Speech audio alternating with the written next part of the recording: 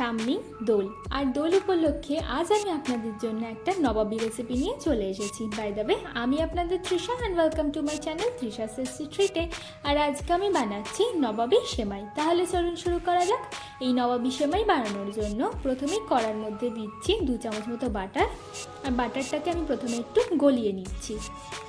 এবার এর মধ্যে 1 কাপ মতো সিমুই আমি একটু হাতে ভেঙে নিয়েছি, সেটা দিয়ে দেবো।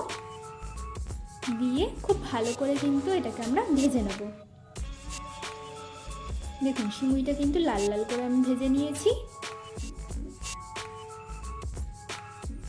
এবার এর মধ্যে আমি দেবো 1/2 চামচ মতো এলাচ গুঁড়ো, আর দিচ্ছি 1/2 কাপ মতো মিল্কমেড।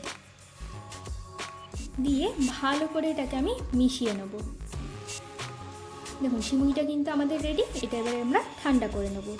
অন্য একটা কড়াইয়ের মধ্যে দিচ্ছি 500 ml মতো গরুর দুধ, আর দুধটাকে আমরা প্রথমে খুব ভালো করে জাল দিয়ে অনেকটা কমিয়ে নেব। দেখুন দুধটা কিন্তু ফুটে ফুটে অনেকটাই কমে এসছে। এবার এর মধ্যে আমি দেবো 1 কাপ মতো কনডেন্সড মিল্ক, দিয়ে দেবো অল্প একটু এলাচের গুঁড়ো, দিয়ে খুব ভালো করে এটাকে আমি মিশিয়ে ফুটতে দেবো। এবার অন্য একটা বাটির মধ্যে আমি 1/2 কাপ মতো দুধ নিয়েছি। এবার এর মধ্যে 2 চামচ মতো কাস্টার্ড পাউডার দিয়ে ভালো করে মিশিয়ে নিচ্ছি।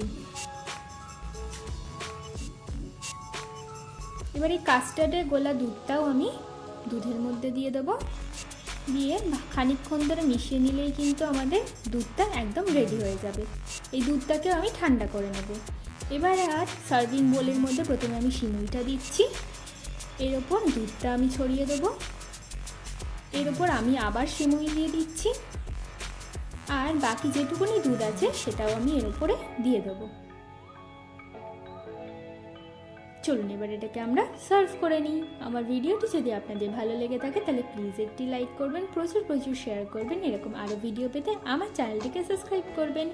সকলকে জানাই হ্যাপি হোলি।